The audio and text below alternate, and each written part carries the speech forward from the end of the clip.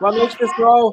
Com a gente hoje aqui está o Pastor Foca, Bola de Neve de Mogi, amigão nosso. Vou explicar para ele o que é que está acontecendo aqui.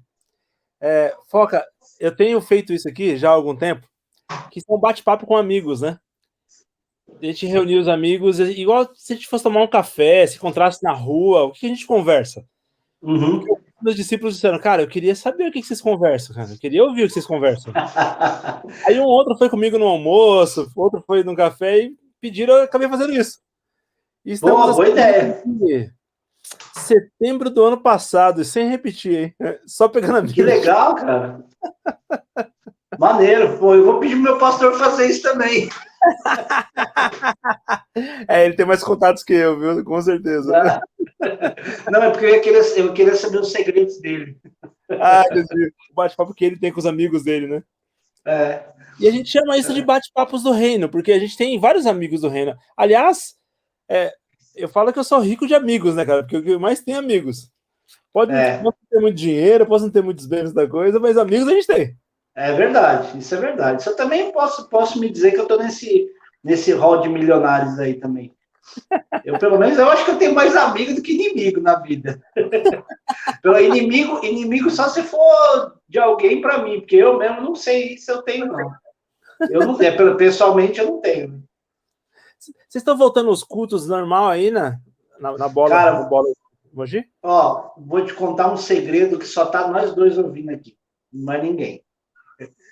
Desde que começou, eu não consegui segurar as pessoas. Teve Entendi. gente, eu tive uma solicitação de gente, de membro da igreja, me pedindo para ir, e muita gente apavorada querendo chegar na igreja.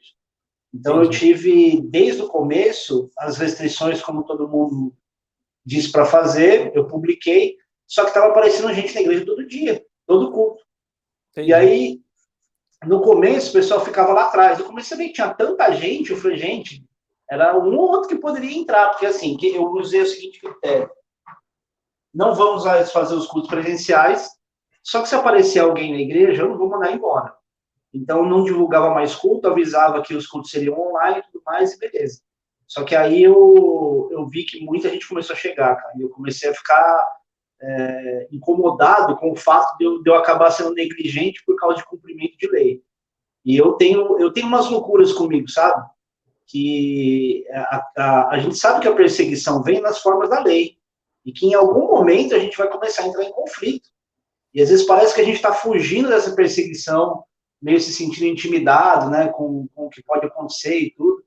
E tanto que eu encontrei com o prefeito daqui, né, nosso amigo que você conhece, numa das reuniões que teve lá, depois o pessoal foi embora, ficou eu e mais alguns lá, eu falei assim, Caio, parece que eu já estou te vendo ir na delegacia me buscar, com a mão na cabeça, como quem diz, foca, você abriu mesmo a igreja, porque eu já sabia que a gente ia ter que chegar em algum ponto como esse. Ao passo que eu também entendi a situação dele. Imagina, se eu sou prefeito e um monte de gente senta lá para fazer uma reunião comigo, me pedindo, pessoal do hospital, médico, pedindo, por favor, não abra, fecha a cidade, manda fechar tudo, eu entendo a situação dele, cara, completamente.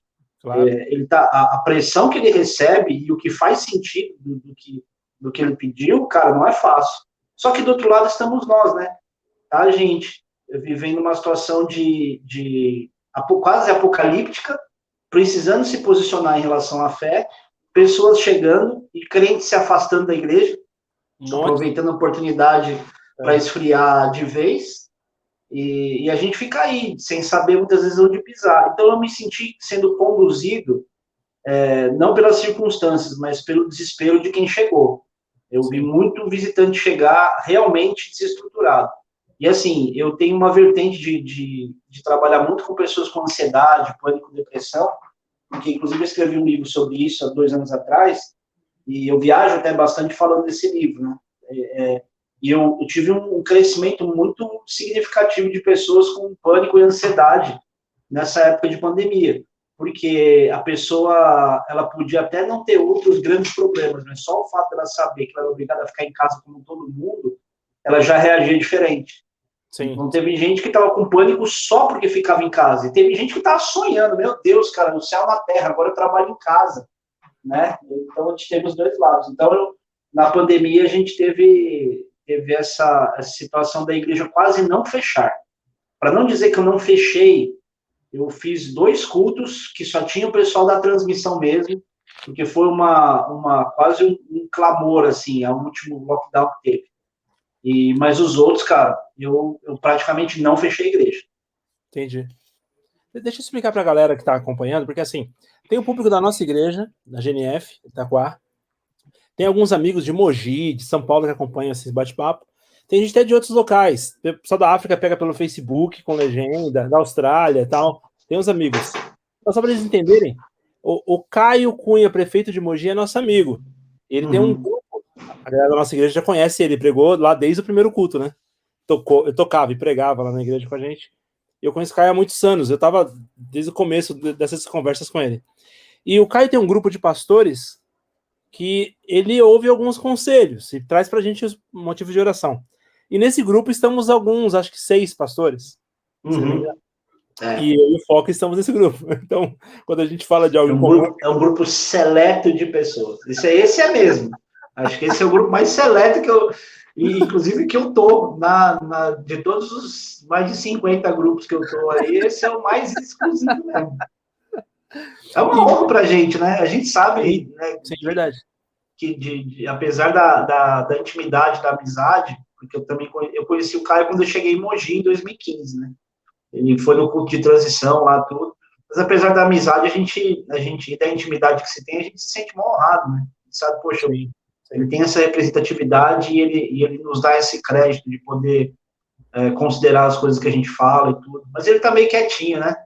Ele tá na luta dele lá meio quietinho, não tá pedindo nada, na rotina louca dele lá. Uma coisa que a gente tem de interessante, a gente tem várias similaridades, eu e você, né? São coisas engraçadas. Eu andava... A nossa igreja começou com eu andando de carve nas ruas de madrugada. Até na semana passada entrevistei um cara que ele estava nesse início, né? A gente indo no Morumbi, descer as ladeiras lá de carve, e o cara fala assim, meu, tem uma Bíblia no seu porta-malas, você é pastor mesmo, é sério, né? E eu correndo os caras de madrugada ali na rua. Eu lembro que o Maurão, que na época ele era pastor da Bola aqui em Atibaia, né? Ele de madrugada, desceu junto com a gente, da Paulista na Sé, pela Brigadeiro, de madrugada, 5 da manhã, de carve, né? E a gente gosta de coisa de prancha, né, Foca? Fala aí. A gente é dos esportes de prancha. O Mauro, ele andou de carve um tempo e, cara, ele me dava várias dicas de ladeira. Teve uma época que a estrada, que a Fernão Dias estava interditada porque caiu, teve um desmoronamento lá, e estavam aproveitando para fazer uma reforma interditada. Eu falei assim, Foca, você não vai acreditar, interditaram um pedaço da Fernão Dias de Mariporã. Eu falei, eu vou para lá. Eu lembro que a gente deu um drop lá, por isso a rodoviária foi atrás da gente. Mas o Mauro, hoje a gente se une, sabe aonde, cara? Andando de snowboard. A gente fez 2 viagens para o Chile e uma para o Canadá. Que louco. E agora nós estamos na febre do snowboard, cara. Eu andei de snow 3 vezes. Andei 2 vezes em Dubai e uma na Espanha, só com neve artificial. Aquela montanha de Dubai é impossível, né? Andar num shopping, né? No Dubai não cheguei nesse nível ainda de glória. Eu fiz uma aula de snowboard lá. E agora, aí quando eu fui para Espanha, aí tinha uma montanha artificial também, fora de Madrid. Eu peguei uma viagem, a gente foi lá, cara, foi cair a tarde inteira. É só andar e cair, andar e cair, andar. Que não, as primeiras vezes você anda, se você não ficar tipo mais de uma semana, você volta frustrado, porque os 2 primeiros dias você só cai. É que assim, na minha primeira temporada, como eu já estava gordo igual eu tô agora, então eu já não é aquela coisa de cair sentado e levantar de frente. Eu caía, eu sabia que eu precisava virar para o outro lado para conseguir ficar de 4 e levantar. Então, nisso, eu aprendi a andar na outra lâmina. Então, no meu 2º, 3º dia, eu aprendi a fazer curva para os 2 lados. E o snow é isso, a hora que você começa a fazer curva para os 2 lados, aí ninguém se... E aí, depois eu já fiz, assim, temporada no Chile, eu fiz umas 5, eu acho. Fiz uma na Argentina, fiz essa do Canadá, não, fiz mais do Chile. Eu tô na minha 9ª temporada, eu acho, se não me engano. Que legal, que legal. Mas fico na febre. Agora, com tudo fechado, eu tô em 2 grupos de snowboard que a gente fica só falando quando vai vir, desesperado. Eu falei pro meu filho esses dias uma frase sua. Fechou o macacão, acabou a diversão, né? É verdade. O speed é um negócio mais sério, cara. Eu já perdi 2 amigos no speed, né? Na velocidade. Então, eu competi até 2007. Competi no speed. O último campeonato profissional de slide que eu corri foi em 98, no Pico de Jaraguá. Aí acabaram os campeonatos de skatinho, de manobra de slide na ladeira. E começou a ter campeonato de speed, que é o de velocidade. Aí eu mergulhei. Aí em 2001 foi meu primeiro mundial. Fui para a Áustria, e depois no outro ano fui para a África do Sul. Aí no outro ano eu já fazia melhor. Eu já ia para a Europa e ficava cada semana num país, correndo as etapas de todos os países. E eu fiquei assim até 2006, quando teve o último mundial no Brasil. Em 2007 eu fui enviado para Brasília. Mas nessa história toda, esse tempo todo, eu perdi 2 amigos, cara, no rolê, andando de skate. Um que bateu de frente num carro, e do jeito que ele bateu, o carro já ficou, um golzinho, fez um V no motor, não podia nem abrir o macacão do cara para os órgãos não pular para fora. Ixi. E o outro quebrou o fêmur, só que ele tava lúcido ainda, e ele deitado na ladeira, no asfalto, um calor. Aí a gente sentava, eu lembro que eu sentei no chão, coloquei a cabeça dele no meu colo, e ele falava assim: ô Malote, meu apelido no skate é Malote, maloteiro, ele era isso que maloqueiro. Aí ele falava assim: ô Malote, reza, cara, reza por mim, porque quando você reza nos campeonatos eu me acalmo. Aí eu orava, terminava de orar, e o cara, reza de novo, reza de novo. Eu orei umas 10 vezes até o SAMU chegar. Naquela noite ele entrou em coma, ele teve embolia pulmonar, entrou em coma e morreu 2 semanas depois. Assim, o downhill é uma modalidade que você não treina para ganhar, você treina para ficar vivo. Né? Por isso que eu já não tô competindo mais, não tenho esse corpinho. Apesar que, final de 2019, eu fui correr um campeonato de Master, na verdade era profissional, Master, Grandmaster e Legends. Como eu já estou muito velho, eu já corro no Legends.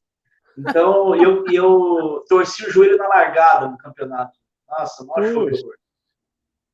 Mas acontece, né? Que velocidade chegava? Lá não passava de 90, não. É porque ela era meio travada, tinha algumas curvas que estavam travadas, assim. Mas, por exemplo, Teutônia dá mais de 130 por hora. Tem uma ladeira no Canadá que o recorde mundial dela é 146 km por hora. Caramba! E tem as duas coisas, né? Tem o top speed, que você consegue atingir, mas o tempo que você fica no top speed. Por exemplo, essa de Teutônia, que dá mais de 130 por hora, ela é diferente dessa que chega a 146. Porque essa que chega a 146, você chega no top speed, no limite da velocidade, você fica 2 segundos no top speed e acabou. Aí diminui de novo, vai diminuindo. Essa outra de Teutônia não. Você fica 10 segundos no topo da velocidade.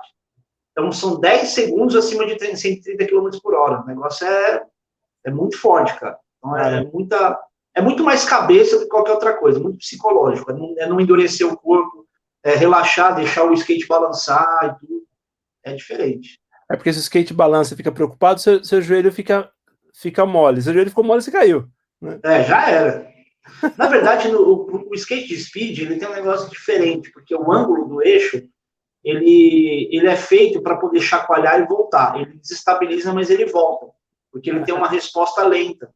Então, ao mesmo tempo que você tem que deixar o seu joelho flexível, porque assim, tem aqui chama de bump, né? Você sobe e desce, tem umas pressões que você faz assim, que é bom você ter o joelho mais flexível, mais leve.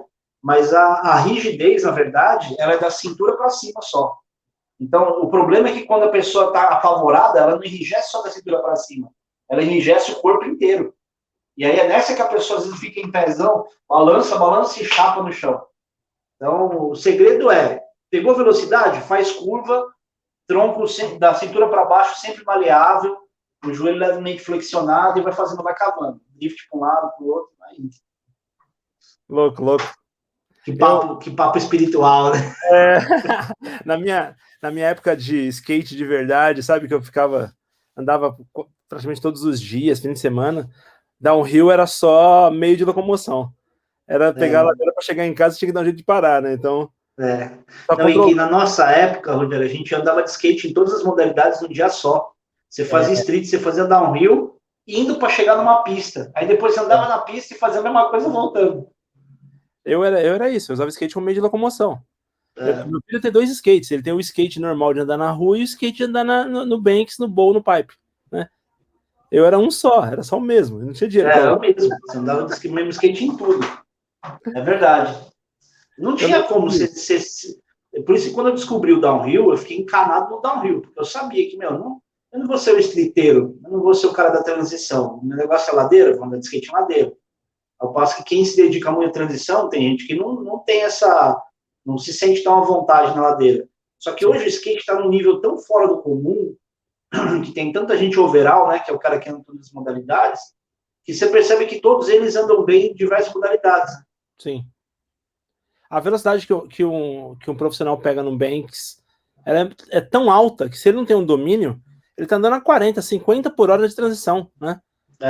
Se ele não tem noção... Você vê, ó, a mega rampa você tem velocidade perto de 80. E o skate é só um pouco maior, né? Eu assisti um pouco maior. Em São Paulo, eu cheguei bem perto lá para ver as diferenças, cara. Aquele quarto era gigantesco, é um negócio absurdo. Não, só o drop já é um negócio fora do comum. O drop é você dropar da janela do 9º andar de um prédio. Eu lembro que o Jeff dropou o quarter, a galera aplaudiu para comemorar que ele dropou o quarter da mega rampa. Né? O negócio tá um absurdo. E o quarter também é um despenco, meu. A transição normal de um half, ela tem uma jogadinha para dentro, né? Por isso os caras não aéreos, eles não voltam no corpo, eles voltam um pouquinho para dentro. Só que você imagina o que é uma... Eu nunca subi no quarter de uma mega rampa, mas você imagina o despenco que é, cara, aquilo. Aquela saída para dentro é a saída do coping. Quando você sai de aéreo, você tem a opção de você jogar para cima e deixar ele voltar. Tanto que se você assistir os campeonatos da Vans hoje, eles voltam no coping, de propósito. Eles batem no coping para complicar a manobra. O nosso hang-up, que dava um medo terrível de enroscar, eles fazem de propósito hoje. O nível tá lá em cima. Nível. Cara, tem um cara, o Christian Rossoi, você deve conhecer, né? O Christian Rossoi, ele dava uns backside disaster, que a altura do backside dele era um olho normal, era tipo, sei lá, a altura de uma aérea dos caras no Brasil. E era um olhozinho e ele, plau, estralava o skate na borda. Eu tenho uma foto com ele aqui, recente. Você tem? Tenho. Tirei com ele. Eu tenho também, sabia? Eu fiquei, em 2016 ou 2017, eu fiquei uma semana dirigindo para ele aqui no Brasil. Olha que legal. Porque o pessoal trouxe ele para o In Time, lá, o evento que tinha de skate lá na sede, e aí eu fiquei levando ele para as igrejas. Meu sonho meu filho chama Christian por causa dele. A minha esposa fala que ela é Christian porque ele é seguidor de Cristo. Claro, filho de pastor, tranquilo. Mas quando ela perguntou para mim, eu estava assistindo Rising Sun no computador, na sala lá do cara que fazia a pré-natal. Ela, o que você acha de Christian? Eu falei, nossa, é de Deus, olha isso aqui que eu estou assistindo. Eu falei, tá, o que você está vendo? O Christian Rossoi, que era inscrição profissional, foi preso por tráfico de droga, não sei o quê, hoje ele é pastor. Eu falei, então pode ser Christian. Pode ser Christian? Eu falei, claro, demais. Aí o dia que eu encontrei o cara no Brasil, eu não acreditava, assim, meu inglês não é o melhor do mundo, mas eu não passo fome, né? E eu conversando com ele, não sei o quê, e ele começando a me fazer perguntas. Pensa numa coisa. Você imagina o Christian Rossoi do seu lado, te fazendo perguntas e perguntando para você o que você acha. Eu lembro que eu nem lembro o que ele me perguntou, mas eu fiquei pensando, o cara tá perguntando a minha opinião. O que ele quer saber o que eu acho de alguma coisa. Eu achava que máximo. Era da fabricação dos shapes dele no Brasil. E a gente ficou brother, ele é um cara super humilde demais, cara, crente de verdade, cara maduro na fé, muito legal. Legal. Ele e o Ed Elguerra, né? O Ed Elguerra eu recebi ele aqui na igreja também. O Ed, a gente fez uma estratégia, a gente foi para a pista no domingo à tarde, e ele falou, eu vou falar na igreja lá à noite. Não, a igreja entupiu. Pensa num lugar cheio de gente, de skatista, tinha cara sentado no púlpito. Foi demais, cara. Aquele dia foi assim, foi uma pesca de tarrafa. Cara, que legal. Foi maravilhoso. Eu lembro que algo que me marcou com ele foi ele voltar a andar no mini ramp com 50 e poucos anos, falar assim, não, eu quero dar uma manobra nova. Aí, cara, em uma semana ele tá dando um nose blunt, que ele não dava, sabe? Então, assim, com 50... Não, o cara aprender isso depois de velho, ele é muito regrado, né? Ele tem ainda o corpo bom e tudo. Ele é bem regrado. Mas realmente, cara, se aprender manobra depois de sei lá quantos anos de skate, ele tem 50, quase 60, né? Ele tem bastante já, é velhinho já. E aprender, e outra, nose blunt é uma manobra difícil. O blunt é difícil, nose blunt, então... Não, eu lembro que eu tava assistindo esse programa, ele tava falando sobre a igreja e tal, e mostra ele dando um olhozinho e vira em rosca de nose blend e desce. Aí eu falei, não é possível, cara. E a galera comemorando, que ele aprendeu depois de 50 anos. Isso é algo muito louco, né? É Assim, muito louco. a mente do Isso cara tá evoluindo ainda, né? Ele tá querendo aprender coisas. Isso é muito louco. Isso serve de exemplo pra gente, né? Em tudo, né? Você vê, o cara. Ele já foi campeão mundial também de vertical na época dele, na época da gastrite e tudo. Mas o cara, depois desse tempo, ó, se manter andando no nível que ele anda, já é algo fora do comum. Aprender manobra nova, porque quando você vê os gringos, os velhos andando, geralmente os caras estão falando, eles estão fazendo o tempo todo as manobras que eles sempre fizeram. Sim. Agora o cara pegar uma manobra nova é de respeitar mesmo. Sim, é verdade. Uma coisa que fica na minha cabeça que a gente conversou uma vez, que eu nem comentei contigo, é que eu também morei em Brasília, né? É mesmo, cara? Eu fiquei lá, acho que... Peraí, como é que chama seu pai?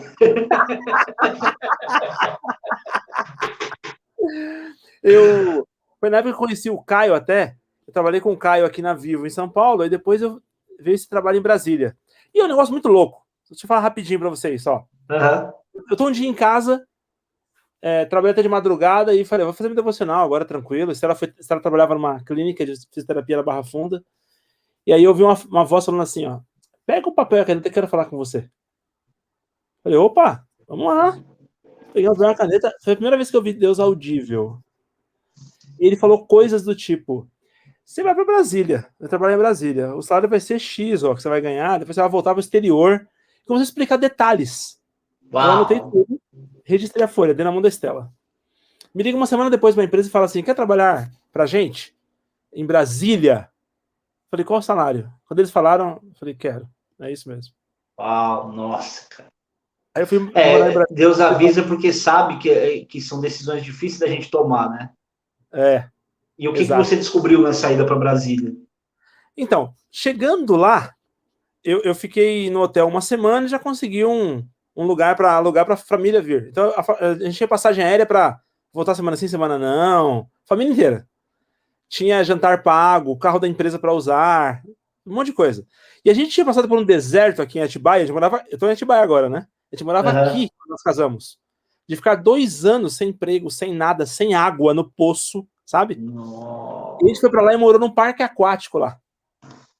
Uau! A gente morou no Bay Park, dentro do hotel do Bay Park. Meu Deus, cara. Então, às vezes eu voltar todo fim de semana, eu dava passagem para os meus pais irem, minha irmã ir, alguns amigos. Ele passava o fim de semana no parque aquático, o fim de semana inteiro no parque aquático, sabe? E aí, durante esse tempo, eu conheci todas as igrejas referência de Brasília.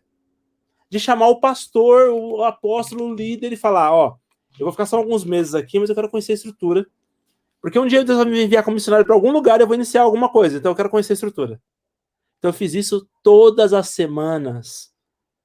Aí, alguns domingos eu ia numa mesma igreja e nos sábados e outros domingos em outras e fiz andar de todo mundo. Então conheci tudo isso lá. E conheci a estrutura egípcia de Brasília. Eu tô lá e vejo um demônio passar com um pé de pato. Falei, opa, que é isso? Aí, eu vejo um cabeludo de jeans pregando em cima de um banco, chamei ele e falei, sério, Brasília? Sou? Eu vi um demônio passando um pé de pato aqui, que é isso?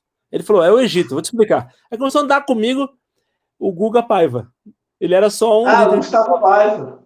Ele era o líder de jovens, só naquela época.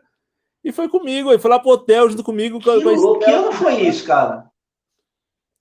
A Estela tá em uma reunião ali, mas deve ser 2007, 2008, por aí. Cara, eu tava lá, meu, foi quando eu cheguei, o ano que eu cheguei. Cheguei em Caramba, 2007 lá. Que loucura! Que loucura, cara. Então, a gente morava no Bay Park e a gente ia orar na bandeira toda semana. Que na bandeira maneiro, lá. Porque a bandeira não tinha segurança naquela época. Não. E não tinha muro. Tanto que os moleques subiam lá, eles subiam lá no Panteão para fumar maconha.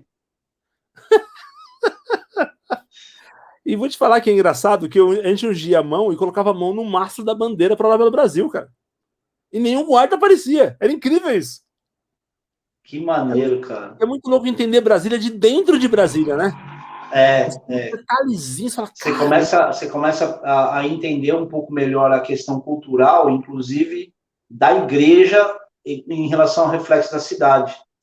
Eu comecei, lógico, foi minha primeira igreja plantada lá, né? Eu plantei mais 6 ou 7 igrejas na região, plantei Goiânia, Anápolis, por estar ficando lá. Mas eu comecei a entender a realidade que acontece nas igrejas por causa da cidade.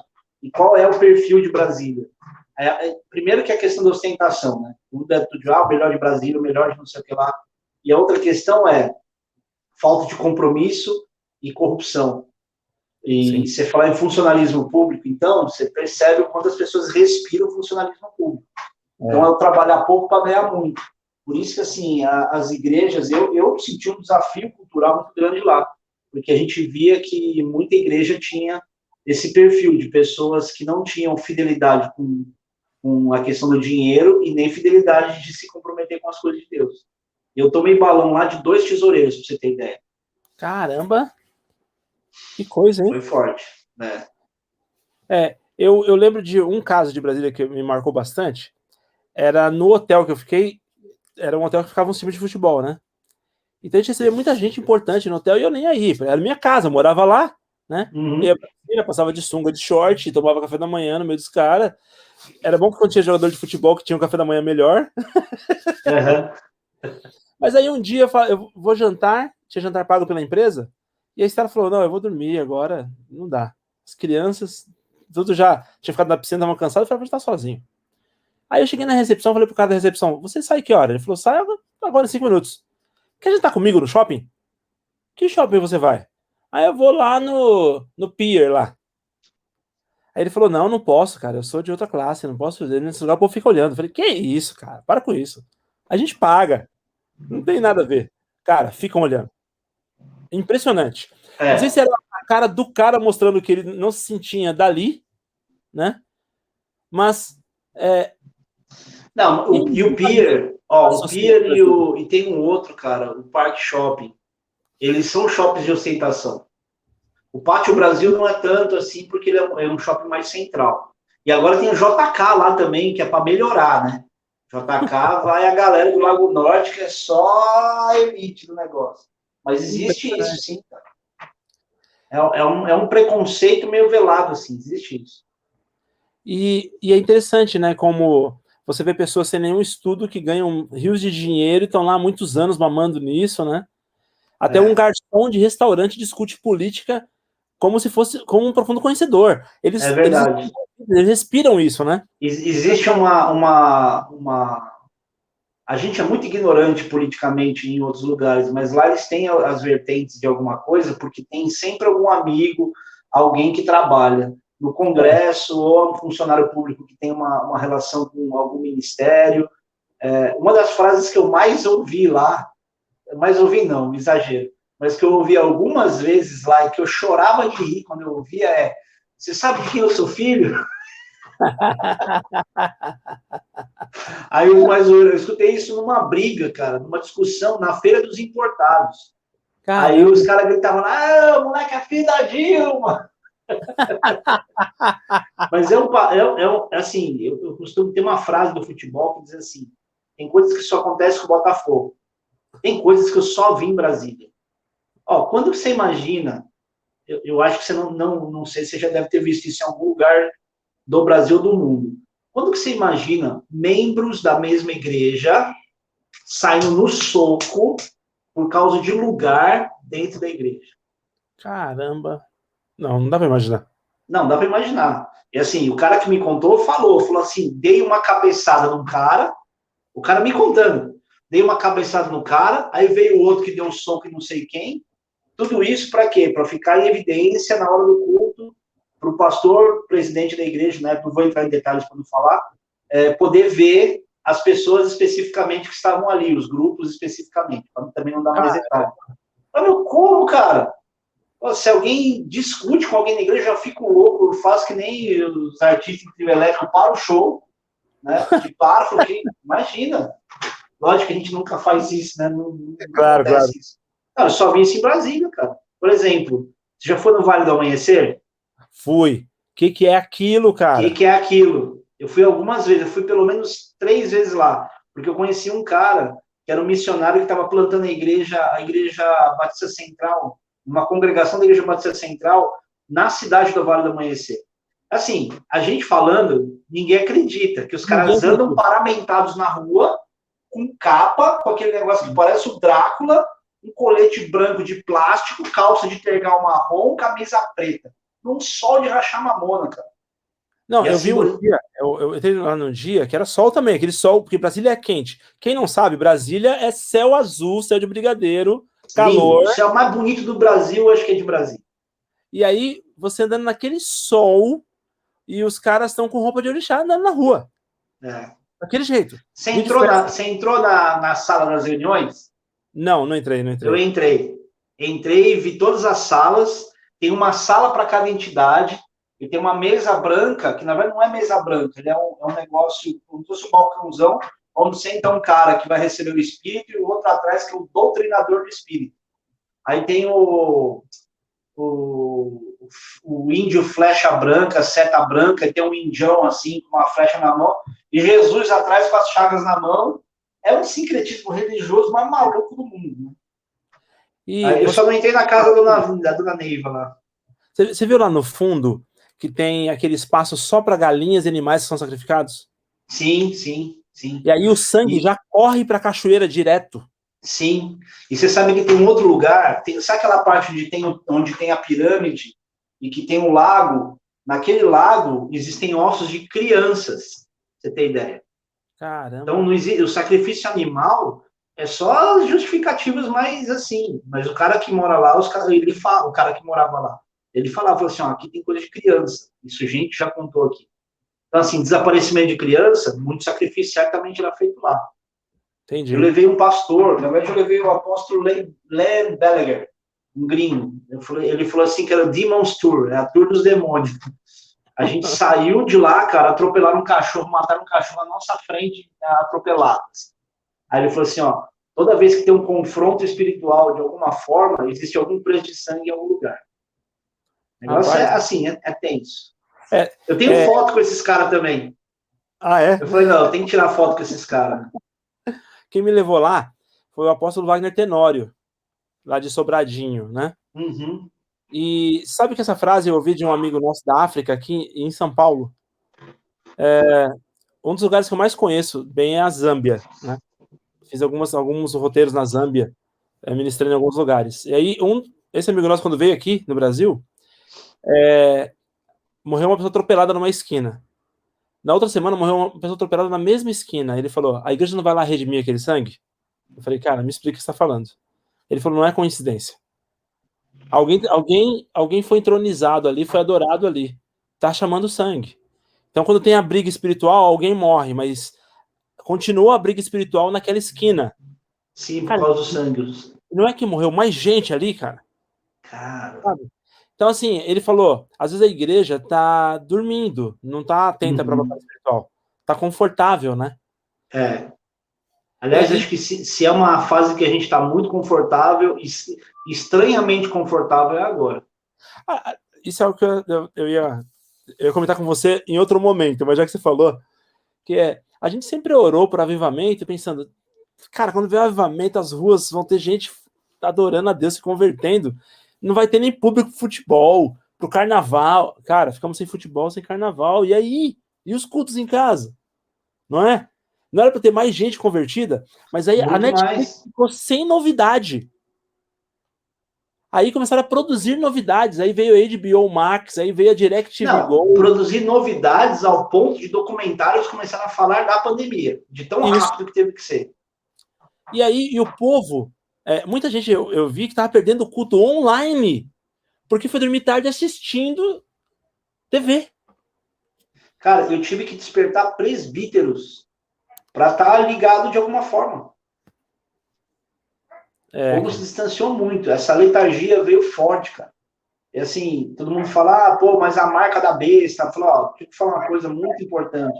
Tão relevante quanto a marca que você vai ter, que as pessoas vão ter um dia no corpo, é entender que o sistema do anticristo, ele já está trabalhando. As pessoas já estão condicionadas a viver um sistema do anticristo, onde elas se conectam, elas vivem uma realidade virtual, que ela está mais presa a isso do que aos relacionamentos. É a mesma coisa assim, você quer hoje matar um cara de ansiedade, tira o telefone dele. Eu já começo a pensar, meu Deus, minhas contas no banco, as pessoas que eu tenho contato. Cara, o exercício que o crente tem que fazer hoje é desencanar do celular. Apesar de eu estar usando o meu aqui agora, eu tenho esse exercício comigo também, cara. Tem dia que eu esqueço querendo. Sai andando e deixo. Sim. De vez em quando tem que fazer isso mesmo. Tem que criar, criar exercícios de desvincular, né? Tipo, na mesa. Cara, não é pra você vai comer com o telefone na mão, né? Mas é isso que está acontecendo agora. O entretenimento ganhou muita atenção durante a pandemia, né? E pessoas criaram vícios e costumes que são difíceis de quebrar agora para estar perto de Deus de novo. Uhum. Não é? Aquela regra, o que eu devo assistir? Jesus estaria do seu lado assistindo isso, né? Foi jogada fora. Foi jogada fora.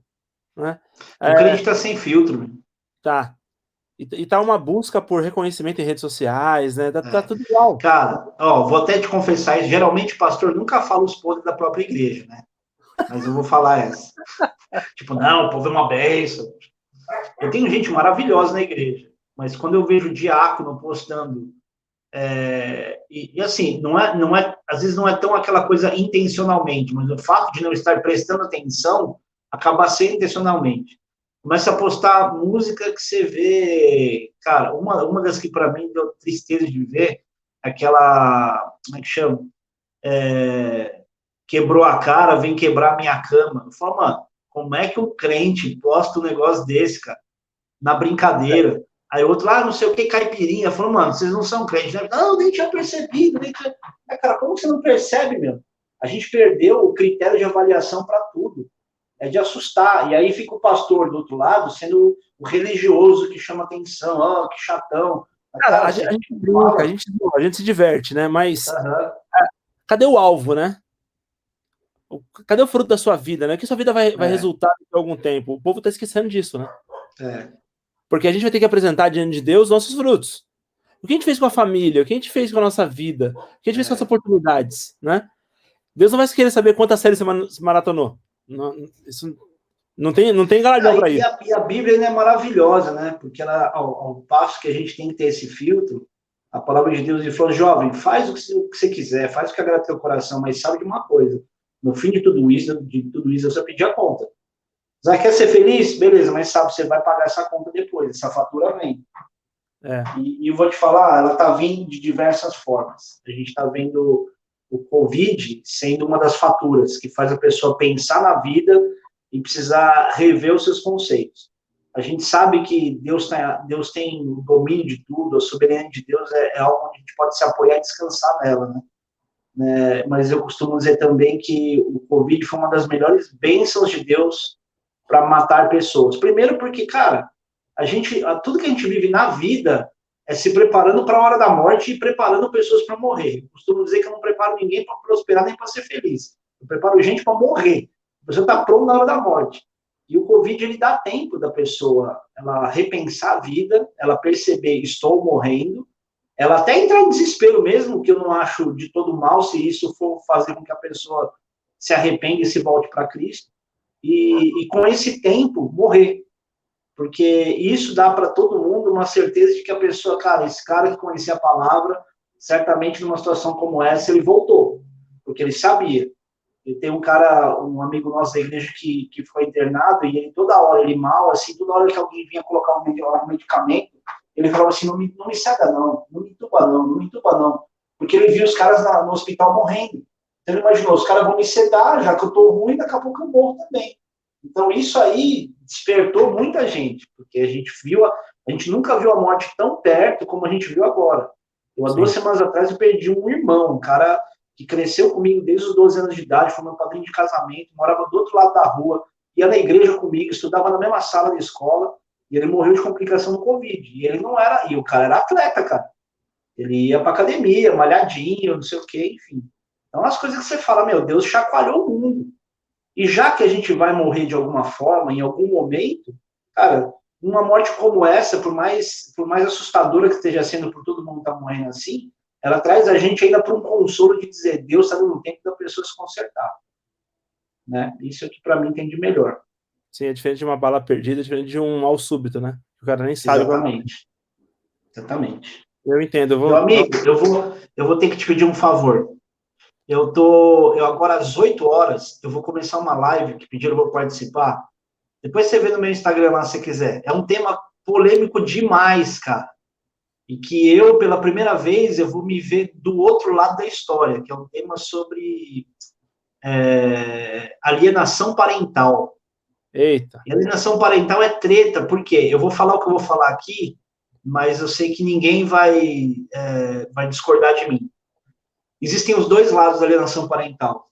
E, coincidentemente, essa semana eu estou em contato com um amigo que era apaixonado pelo filho que ele criou. Ele conheceu uma mulher e ele assumiu o filho dela tinha 2 anos, hoje o menino tem 9.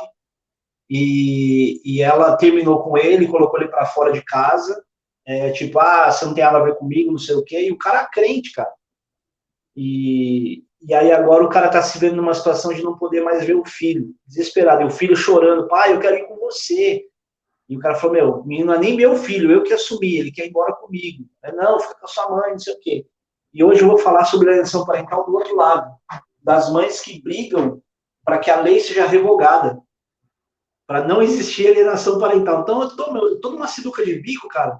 Se você assistir, você vai perceber que, cara, uma das lives mais difíceis da minha vida. Porque de um lado eu tenho uma história fresca, eu vou dar um link e jogo aqui embaixo nos comentários. Porque a gente estourou o tempo aqui. Era um bate-papo de meia hora e a gente acabou ultrapassando. Não, mas vale a gente fazer outra. Porque a gente não fala de skate, fala de outras coisas. Pode me chamar que eu venho com o maior prazer, cara. Me sinto honrado. Só a hora que o pessoal que tá assistindo antes de a gente sair, você falou algo interessante aqui. Pessoas com ansiedade, depressão, tristeza. Minha dentista falou que nunca teve tanta demanda por aparelho ortodôntico para dormir. Né? Tamanho estresse das pessoas trabalham em casa. Por causa do bruxismo, né? Pessoa tensa. Amém. Você pode orar? Eu preciso, inclusive, te convidar para vir pregar aqui. Vou orar, sim. Eu preciso te convidar para você pregar aqui. Eu também tenho viajado tanto. Eu tenho pregado com um livro, né, que eu escrevi sobre ansiedade. E eu preguei agora domingo, agora na igreja, depois de 4 domingos fora em outras igrejas. Né? Tô até com vergonha dessa minha agenda. Amém. Eu vou orar, então. Obrigado, antes de qualquer outra coisa. Obrigado pela oportunidade. Eu que agradeço. De poder compartilhar. De verdade, me sinto honrado. E você que segue esse homem de Deus aí, saiba que você tem alguém para poder ouvir coisas de fora da caixa. Porque mesmo que os papos sejam os mais diferentes possíveis, a gente está falando de um homem de Deus de verdade, por ser transparente, por ser simples, mas também um homem que tem propriedade nas questões espirituais. Então, quero dizer isso publicamente sobre você, mas para que os outros saibam. Amém? Vamos orar, então. Senhor, obrigado, Pai, pela oportunidade de ter esse tempo de conversa com meu amigo, com meu irmão. Eu sei, Deus, que o quanto a vida dele também tem sido corrida. E o quanto, Deus, apesar de ser uma conversa aparentemente despretensiosa, espiritualmente, Deus, ela certamente não vai ser, ela vai ter a direção certa, e ele sabe disso, e por isso ele abriu momentos como esse. Eu te peço, Pai, que o Senhor leve essa chamada, Deus, esse vídeo para as pessoas que estão assistindo, de forma que elas consigam se identificar não apenas conosco, mas com as realidades que a gente está discernindo no Senhor aqui. Eu peço que o Senhor dê a ele, Deus, disposição, saúde, Pai, aqueles que estão passando hoje também por lutas emocionais, os que estão assistindo, e por lutas emocionais, psicológicas, sentimentais, que sejam resgatados pelo Senhor, e que ao mesmo tempo, Deus, sejam fortalecidos em Ti, sabendo que do Senhor vem a nossa força, Pai, e quando admitimos de fato que somos fracos, então aí que somos fortes, porque só assim o Teu poder se aperfeiçoa em nós. Nós oramos por essa noite, em nome de Jesus, te agradecendo. Amém e amém. Graças a Deus.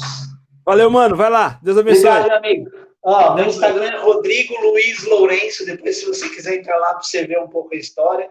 E como eu acho que eu não vou salvar, porque eu vou entrar no dela, então a gente... Depois entra lá para você ver, porque eu não tenho a mínima ideia do que eu vou falar. Valeu. Deus abençoe. Valeu, um abraço. Tchau, tchau. Tchau, tchau.